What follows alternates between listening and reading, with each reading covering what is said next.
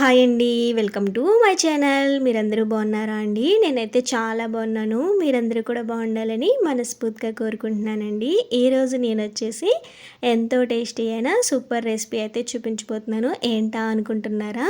అప్పటికప్పుడు ఎంతో సింపుల్‌గా చేసుకునే మామిడికాయ తురుము పచ్చడి అనమాట. చాలా అంటే చాలా బాగుంటది. ఎలా చేసుకోవాలో ఏంటో ప్రాసెస్‌లోకి అయితే వెళ్ళిపోదామండి. ముందుగా మనం మామిడికాయలైతే తీసుకోవాలి. చూసారు కదా! ఇలా పచ్చి మామిడికాయలైతే తీసుకోవాలండి. ఇలా పచ్చి మామిడికాయలు తీసుకుంటే మనకి పచ్చడి టేస్ట్ అనేది చాలా బాగుంటదనమాట అండి. చూసారు కదా! ఈ విధంగా పచ్చి మామిడికాయలైతే ఒక 3 వరకు తీసుకున్నానండి. ఇలా తీసుకున్న ఈ మామిడికాయల్ని శుభ్రంగా కడిగేసుకోవాలనమాట. ఈ విధంగా శుభ్రంగా కడిగేసుకున్న తర్వాత ఇప్పుడు మనము ఒక పొడి క్లాత్‌తో శుభ్రంగా తుడుచుకోవాలి. తడేమీ లేకుండా తుడుచుకుంటే మనకి పచ్చడి అనేది పాడైపోకుండా మనకి ఫ్రెష్‌గా ఉంటదనమాట అండి. చూసారు కదా! ఈ విధంగా తడేమీ లేకుండా శుభ్రంగా తుడిచేసుకొని ఇప్పుడు మనము ఈ మామిడికాయలన్నీ కూడా పక్కన పెట్టేసుకోవాలండి. నేనైతే కరెక్ట్‌గా కొలతలతో సహా చెప్తాను. ఈ విధంగా చేశారంటే పర్ఫెక్ట్‌గా కుదురుతదనమాట. చూసారు కదా! తీసుకున్న మామిడికాయలన్నీ కూడా నీట్‌గా శుభ్రంగా తడేమీ లేకుండా తుడిచేసుకున్న తర్వాత ఇప్పుడు మనము పీలర్‌తో మంచిగా పీల్ అయితే తీసేసుకోవాలండి. ఇదే విధంగా మిగిలిన మామిడికాయలన్నీ కూడా ఈ విధంగా అయితే పీల్ అయితే తీసేసుకోవాలండి. చూసారు కదా! ఈ విధంగా పీల్ అయితే తీసేసుకున్న తర్వాత ఇప్పుడు మనము ఈ మామిడికాయల్ని తురుముకోవాలన్నమాట అండి. చూసారు కదా! ఇలా గ్రేటర్ అయితే తీసుకుని ఇప్పుడు ఈ గ్రేటర్ మీద మంచిగా తురుముకోవాలి.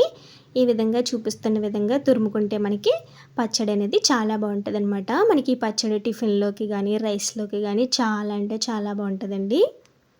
చూసారు కదా! ఇలాగా సన్నగా తురుముకోవాలన్నమాట. ఈ విధంగా తురుముకుంటే మనకి పచ్చడి చాలా బాగుంటుందన్నమాట. చూసారు కదా! ఈ విధంగా అయితే తురుముకోవాలి. ఇదే విధంగా మిగిలిన మామిడికాయలన్నీ కూడా తురిమేసుకొని పెట్టుకోవాలన్నమాట అండి. చూసారు కదా! మామిడికాయలన్నీ కూడా ఈ విధంగా తురుముకున్న తర్వాత ఇప్పుడు మనము ఈ మామిడికాయ తురుముని కొలుచుకుందామండి. మీరు ఎక్కువ క్వాంటిటీలో చేయాలనుకుంటే కూడా ఇదే కొలతలతో చేయండి. చాలా అంటే చాలా బాగా కుదురుతుందనమాట అండి.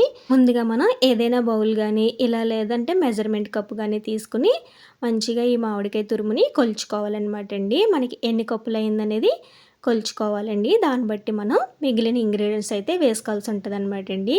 చూసారు కదా! మనం ఒక కప్పుతో ఈ విధంగా కొలుచుకున్న తర్వాత ఇప్పుడు ఈ మామిడికాయ తురుముని ఒక మిక్సింగ్ బౌల్లోకి అయితే వేసుకోవాలండి. నాకొచ్చేసి ఈ కప్పుతో ఒక 2 కప్పుల వరకు తురుము అయితే వచ్చిందనమాట. ఈ 2 కప్పుల తురుముకి ఇప్పుడు ఇందులోకి ఒక పావు టేబుల్ స్పూన్ వరకు పసుపు అయితే వేసుకోవాలండి. మనం ఏ కప్పుతో అయితే తురుము కొలుచుకున్నామో సేమ్ అదే కప్పుతో మీకు కొలతలు అయితే చెప్తానండి. చూసారు కదా! ముందుగా మనం ఒక పావు కప్పు వరకు సాల్ట్ అయితే వేసుకోవాలండి. అలాగే సేమ్ అదే కప్పుతో అరకప్పు వరకు కారం అయితే వేసుకోవాలండి. చూసారు కదా! ఇలాగ వేసుకుంటే చాలా పర్ఫెక్ట్‌గా కుదురుతుందనమాట. ఇలా వేసుకున్న తర్వాత మొత్తం అంతా కూడా బాగా కలిసే విధంగా ఒకసారి అయితే బాగా కలుపుకోవాలండి. చూసారు కదా! ఈ విధంగా మొత్తం అంతా కూడా మామిడికాయ తురుముకి పట్టే విధంగా చక్కగా మంచిగా కలుపుకోవాలండి. చూసారు కదా! ఈ విధంగా మొత్తం అంతా కూడా బాగా కలిసే విధంగా ఈ విధంగా కలుపుకున్న తర్వాత ఇప్పుడు మీరు పక్కన పెట్టేసుకోండి. ఇప్పుడు మనము స్టవ్ వెలిగించుకుని కడాయి అయితే పెట్టుకుని ఇప్పుడు ఇందులోకి మనము ఒక టేబుల్ స్పూన్ వరకు మెంతులైతే వేసుకోవాలండి. ఇలా మెంతులైతే వేసుకున్న తర్వాత చిన్న మంట మీద కలుపుకుంటూ దోరగా ఫ్రై చేసుకోవాలండి. ఇలా మెంతులనేవి చక్కగా బాగా ఫ్రై అయిన తర్వాత ఇప్పుడు ఇందులోకి మనము ఒక టేబుల్ స్పూన్ వరకు ఆవాలైతే వేసుకోవాలండి. ఇలా ఆవాలు, మెంతులు పౌడర్ వేసుకుంటే టేస్ట్ అనేది చాలా బాగుంటుందన్నమాట. ఆవాలనేవి మనకి మరీ ఎక్కువసేపు అయితే వేగాల్సిన అవసరం లేదండి. ఈ విధంగా ఫ్రై అయిన తర్వాత ఇప్పుడు మనము స్టవ్ అయితే ఆఫ్ చేసేసుకుని కంప్లీట్‌గా చల్లారిన తర్వాత పొడుం కింద అయితే చేసుకోవాలండి. ఇప్పుడు మనము ఇదే కడాయిలోకి ఏ కప్పుతో అయితే తురుము తీసుకున్నామో సేమ్ అదే కప్‌తో నూనె అయితే వేసుకోవాలండి. నేనొచ్చేసి పల్లి నూనె అయితే వేసుకున్నానండి. పల్లి నూనె వేసుకుంటే పచ్చడి టేస్ట్ అనేది బాగుంటుందన్నమాట. మనం తీసుకున్న 2 కప్పుల మామిడికాయ తురుముకి ఇలాగ 1 కప్పు వరకు ఆయిల్ అయితే పడుతుందనమాట. ఇలా వేసుకుంటే మనకి కరెక్ట్‌గా సరిపోతుందనమాట అండి.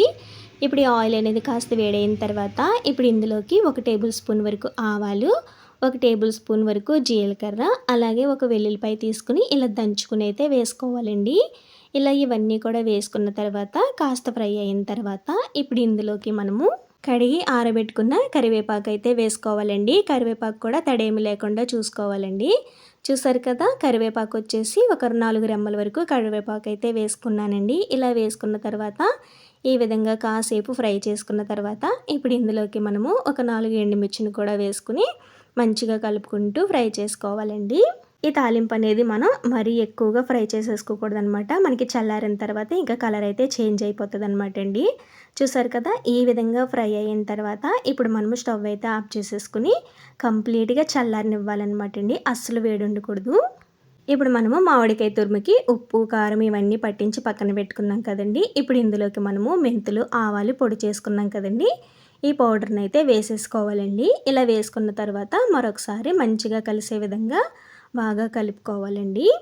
చూసారు కదండీ, ఆవాలు, మెంతిపిండి పౌడర్ కూడా మనకి మామిడికాయ తురుముకి బాగా పట్టే విధంగా ఈ విధంగా కలుపుకున్న తర్వాత ఇప్పుడు మనము పక్కన పెట్టుకోవాలన్నమాట అండి. తాలింపు అనేది చల్లారిన తర్వాత తాలింపులో అయితే వేసుకోవాలండి.